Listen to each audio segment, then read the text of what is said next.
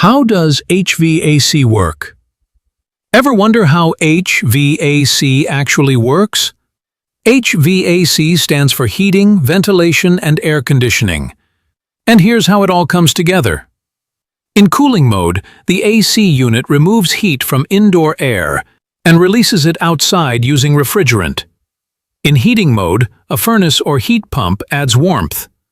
Ventilation pulls in fresh air and pushes out stale air, improving air quality.